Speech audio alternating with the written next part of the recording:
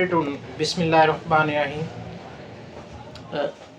आज हम बात करेंगे सबसे पहले एफ़आईआर। जो फ़ौजदारी में एफ़आईआर एक सबसे इम्पोर्टेंट चीज़ होती है। यानी अगर आपने लॉ को हरकत में लेके आना है, कोई एक्सीडेंट हो गया है या कोई वक़ूआ हो गया है, तो लॉ कब हरकत आएगा? इट्सेल्फ भी आ सकता है, लेकिन आपकी एप्लीकेशन पे भी आ जाएगा। उसके लिए दो चीज़ें रिक्वायर्ड है।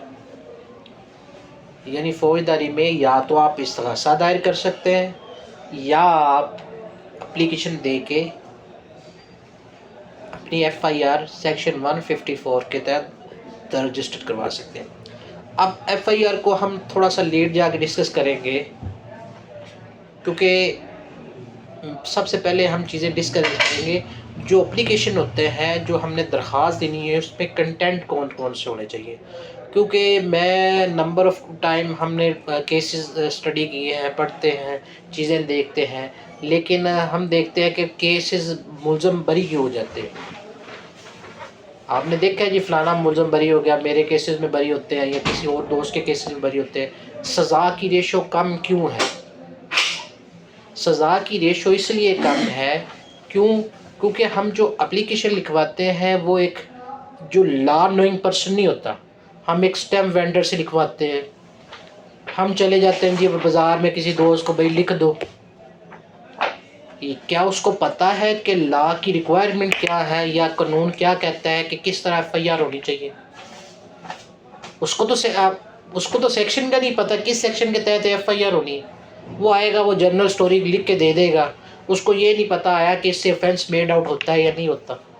पता कैसे चलेगा ऑफेंस मेड आउट होगा? उस वक्त पता चलेगा जब आप किसी लॉयर के पास जाएंगे, किसी दोस्त ऐसे के पास जाएंगे जिसको लॉ का इल्म हो। कोशिश करें कि अपनी दरख्वास्त को किसी लॉयर के पास से लिखवाएं। सबसे ज़्यादा दरख्वास्तें वही ख़राब हुई हैं, वो उस पर बरी हुए हैं जो किसी अननोन पर्सन ने लिखी हैं, या स्टैम्प वेंडर ने लिख दी, या घर में बैठे किसी बंदे ने लिख दी। वो ही केस सबसे बरी होते हैं। अब एप्लीकेशन में जो मेन चीज़ें होती हैं वो हम आप वन बाय वन डिस्कस करते हैं। अब सबसे पहले एड्रेस किस बंदे को करना है। एड्रेस करने के लिए सबसे पहले ये पता होना चाहिए कि एप्लीकेशन जो भी देगी जी वो एसएचओ को दी जाती है। एसएचओ होता है स्टेशन हाउस ऑफिसर। किसी भी थाने का जो हेड होता है उसको स्टेशन हाउस ऑफिसर या एसएचओ कहते हैं। उसके नाम एड्रेस की जानी। अब एड्रेस करने से मुराद ये नहीं लेना कि अगर वक़ूआ दीपालपुर में हुआ है तो आप वसीरपुर, हवेली, लाहौर, कराची का कोई थाने का नाम लिख दें। नहीं, जहाँ पे वक़ूआ हुआ है, जिस इलाके की जुरिडिक्शन में अक्रस हुआ है, वहाँ सबसे पहले आपने वहाँ के बंदे का नाम लिखना कि बाखिदमत जनाब फ़लाँ फ़लाँ फ़लाँ फ़लाँ। ठीक है। अब उसको एड्रेस कर लिया, उसके बाद आपने देखना है कि जो अक्रस में लोग कौन कौन से हैं। अब हमारे ये देखने में आई है चीज़ कि मसलन एक बंदे ने फायर किया है, हम 17 बंदों का नाम दे देते। अदालतें तो कहती हैं कि accused is favourite child of court, वो तो बच्चा है भाई मुल्ज़िम। अब फायर एक लगा है, 17 बंदे को नामजद कर दिए हैं। ठीक है, कोर्ट फिर क्या ओपिनियन लेगी? हो सकता है इसने मारा हो सकता है इसने मारा हो सकता है इसने मारा हो। तो फिर उसकी प्रोबेबिलिटी क्या होती है? एक्विटल की बढ़ जाती है। सबसे पहले तो ये होना चाहिए, हम ये देखें कि आया के एक्चुअल बंदे अक्रस पे कौन से। जो एक्चुअल बंदे होंगे वही लिख दें। यानी अपनी तरफ से आपने उसमें एडिशन नहीं करना, यानी फ़लाँ को भी डाल दे फ़लाँ को भी डाल दे। हाँ, छोटे ऑफेंसेस में जब हम सुलह करवानी हो या छोटे मसले छोटे छोटे मुकदमात में लोग करते हैं, वो इसलिए करते हैं ताकि उन पे प्रेशर डाला जाए, चलो वो सुलह कर ले या दूसरे पार्टी पे एफ़आईआर करवा दे। वो आपस में एक दूसरे के ख़िलाफ़ करवाते हैं। लेकिन मेन केसेस जैसे 302 हो गया, 376 हो गया, डकैती केसेस हो गया, ऐसे बड़े केस जिनमें 324 हो गया, ऐसे बड़े केसेस में नॉर्मली जितना वक़ूआ हो उतना ही लिखें। एग्जैजरेशन ना करें। अगर जितनी एग्जैजरेशन करेंगे, स्टोरी को बढ़ाएंगे, उतनी ही कल आपके ख़िलाफ़ जाएगी। अब पहली बात आ गई, हमने ड्रेस और उसके बाद जितने अक्यूज़ है उतने बंदों का नाम लिखे। अब मुद्दई कौन होना चाहिए? अब कंप्लेनर जिसको हम कहते हैं, सेक्शन 154 को हम डिटेल डिस्कस करेंगे कि क्या होता है, किस तरह होता है, कैसे उसने वर्क करना है, हम उसको डिटेल में डिस्कस करेंगे। अभी तो हम ना कंटेंट ऑफ एफआईआर पे बात कर रहे हैं। अब वो 154 वैसे तो कहता है कि कोई भी इन्फार्मर हो, कोई बंदा हो, अलिफ बे जीम दाल या ABCD, कोई बंदा भी कंप्लेनेंट बन सकता है। यानी जिसने वकूआ देखा हो वो भी बन सकता है, जिसने ना देखा हो वो भी बन सकता है। यानी ऐसे कोई थर्ड बंदा भी बन सकता है जिनका अक्यूज़ या मुलजमान या कंप्लेनेंट साइड से कोई तल्लक ना हो, वो भी बन सकता है। लेकिन अगर आप चाहते हैं आपका कन्विक्शन रेट 100% हो, तो सबसे पहले क्या होना चाहिए? सबसे पहले आपने उसको कंप्लेनेंट रखना है जो बंदा वकूए के वक़्त वहाँ पे मौके पे मौजूद हो। अगर बंदा मौके पे मौजूद ही नहीं है, वो अगर स्टोरी लाएगा वो तो स्टीरियोटाइप होगी, झूठ होगा, उसको उसने देखा नहीं होगा, कल को जिना में आएगा तो वो उसको पढ़ाना पड़ेगा, उसको बताना पड़ेगा आपने क्या क्या बताना है। जबकि मैं मेरी ऑब्जर्वेशन के मुताबिक जो बंदा मौके पे हो ना, उसको आपको बताने की ज़रूरत नहीं होती, क्योंकि वो तो मौके पे उसको सारी सूरत पता है, वो सच ही बताएगा। अब जो मौके पे है उसको लेके आना। उसके बाद जब हम कंटेंट शुरू करते हैं, 3 चीज़ें वेरी इंपॉर्टेंट वेरी फर्स्ट से लिखनी है। क्या लिखनी है? एक तो डेट लिखी होनी मस्ट है। अगर आप डेट नहीं लिखेंगे कि किस दिन का वकूआ है, तो फिर आप ट्रायल में जाके वो बरी होगा जब आपको पता ही नहीं है कि डेट कौन सी है। तो फिर भी इतने अरसे से चले आ रहा है, लड़ाई चली आ रही है, वकूए हो रहा है, तो कैसे उसको डिटरमिन करेंगे ये कब की लड़ाई है? उसके लिए सबसे पहले डेट और फिर टाइम का। Time is also very important. यानी किस वक्त वकूआ हो रहा है। मसलन आप कह रहे हैं 20 को वकूआ हो रहा है 4 बजे, आप 20 लिख देते हैं, टाइम लिखते ही नहीं, तो फिर पूरे 24 घंटे होते हैं, कब वकूआ हुआ? यानी वो फिर आपकी क्या कर रहा है, आपके केस को कमज़ोर करेगा। यानी ये बंदे फिर मौके पे नहीं है, जो कंप्लेनेंट है मौके पे नहीं है, ये तो स्टोरी बना के बता रहा है, ये तो फिर वकूआ ही नहीं बनना। उसके बाद आ जाती है नेक्स्ट चीज़, प्लेस ऑफ अकरस। मसलन आप वकूआ बताते हैं, वक़्त बताते हैं, टाइम बताते हैं, लेकिन आप ये नहीं बताते कि वकूआ किस जगह पे हुआ। यानी अगर वकूआ की जगह ही नहीं बताएंगे तो फिर आपको कैसे कंफर्म करेंगे कि वकूआ कहाँ पे हुआ है? ये भी केसेस को डाउटफुल कर देता है, वकूए को डाउटफुल कर देता है। उसके बाद नेक्स्ट चीज़ पे आ जाते हैं। अब उसके बाद चलते हैं जी हम मुल्ज़मान। कोशिश करें जितने मुल्ज़मान हों। अब फिर उनके पास क्या क्या चीज़ें हैं। अगर उनके पास स्टिक है तो स्टिक लिखें। अगर उनके पास पिस्टल है तो कौन सा पिस्टल है। अगर बंदूक है तो कौन सी बंदूक है। अगर उनके पास राइफ़ल है तो कौन सी राइफ़ल है।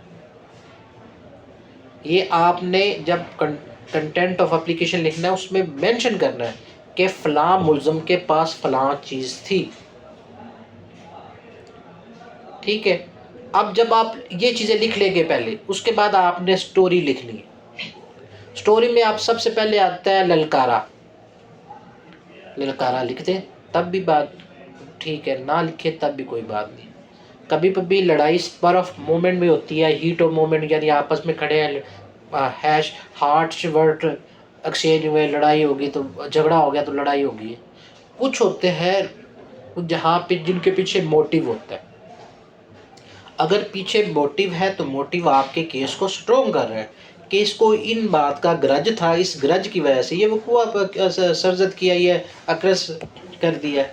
अब उसके बाद हमने क्या लिखना है कि जी हम फ़लाँ जगह पे मौजूद थे, फ़लाँ डेट पे मौजूद थे, फ़लाँ मुल्ज़मान आ गए, उनके पास ये असला था।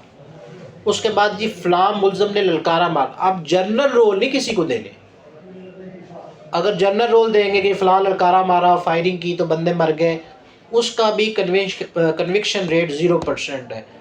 एक्विटल तो होगा ये, क्योंकि अभी सुप्रीम कोर्ट की एक जजमेंट आई है 26 में, उसमें भी इसी चीज़ को होल्ड किया गया है कि general allegation is not sufficient to convict the accused person. उसके लिए आपको स्पेसिफिक रोल देना चाहिए। मसलन अब एक बंदे में मतलब 12 बोर है, फायर करता है, मुख्तलिफ जिस्म के हिस्सों पे लगती है, चलो आप उसमें कुछ बताते कुछ नहीं बताते, ठीक है, रोल तो लेकिन स्पेसिफिक है ना। तो कोर्ट की या सुप्रीम कोर्ट की इस पे ऑब्जर्वेशन है कि आपको फोटो कॉपी की ज़रूरत नहीं है कि आप एक इंजरीज को लिखें, क्योंकि उस वक्त आप पैनिक की सिचुएशन में, इस सूरत हाल में कोर्ट आपको बेनिफिट देती है कि नहीं ये चीज़ें ठीक है, बेटर करती है। लेकिन अब एक ही 12 बोर का फायर है, 6 बंदों को लगा है, तो फिर कन्फ्यूजन आ जाएगी। या 6 बंदों ने मारा है, मुख्तलिफ बंदों को लगा है, तब भी कन्फ्यूजन है। आपने स्पेसिफिक रोल बताना है कि जी फ़लाँ मुलज़म ने फायर मारा, फ़लाँ, ये खाली फायर वाली नहीं, अगर डकैती में हो गया, अगर कोई किसी भी इंसिडेंट होता है, स्पेसिफिक रोल देना है कि फ़लाँ बंदे ने, अगर किडनैपिंग का केस है तो बताना है फ़लाँ बंदे ने किया है, अगर चोरी का है तो फ़लाँ बंदे ने चोरी किया है। लेकिन चोरी और डकैती क्योंकि सब डिफरेंट होता है, क्योंकि उस पर रोल होता है कंबाइंड, यानी एक बंदे का भी वही रोल और तीनों का भी वही रोल। हमेशा आप देखेंगे जो अगर डकैती या चोरी के केसेस में अगर सज़ा होगी या डकैती का मर्डर में सज़ा होती है, एक को सज़ाए मौत हुई है, बाकी तीनों को भी सज़ाए मौत होगी। लेकिन जो 302 में है उसमें ये नहीं है, उसमें है stiff grain from the chef, यानी भूसा अलग कर दो, चीज़ें अलग कर दो, यानी जिसका जितना रोल है उसके मुताबिक सजा दी जाए। अब हम चले गए थे रोल पे। रोल स्पेसिफाई करना किसी भी चीज़ का, अगर आप रोल स्पेसिफाई नहीं करोगे तो केस आगे चल नहीं सकता। रोल के बाद आगे जा जाता है मोटिव। अच्छा, उसके बाद मोटिव से पहले दो चीज़ें, दो विटनेस, जो हमारा कानून है इस वक्त पाकिस्तान में, जो पाकिस्तान पीनल कोड चल रहा है, वो कहता है 2 कॉम्पिटेंट विटनेस होने चाहिए,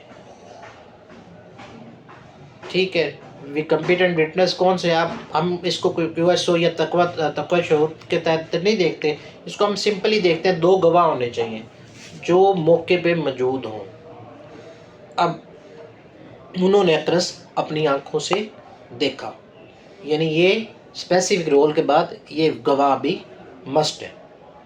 अगर आप गवाह नहीं बताते तो इसका मतलब है आप खुद से स्टीरियोटाइप स्टोरी बना रहे हैं, गवाह रखे नहीं है, केस फिर भी खराब।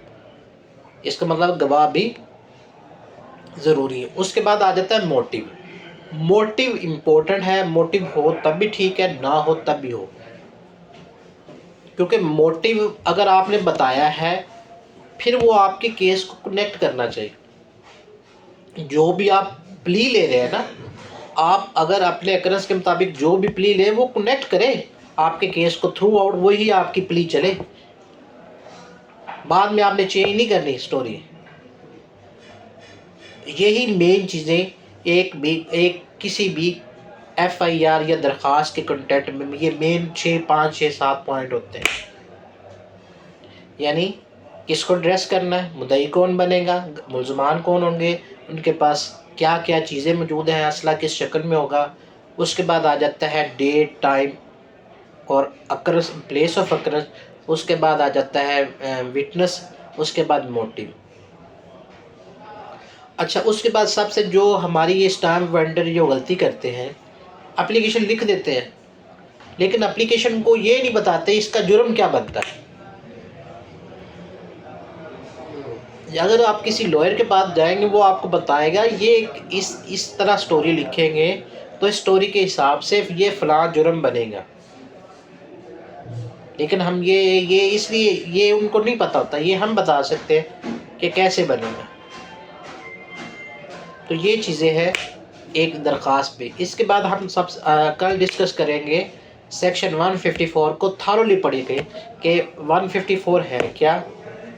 इसके बाद इन्वेस्टिगेशन प्रोसेस कैसे स्टार्ट होगा, 155 क्या है, 156 क्या है, 157 की रपट 2 क्या है, ये हम इसको थॉरली पढ़ेंगे। सर जी, सब कॉम्पिटेंसी और विटनेस भी बताओ।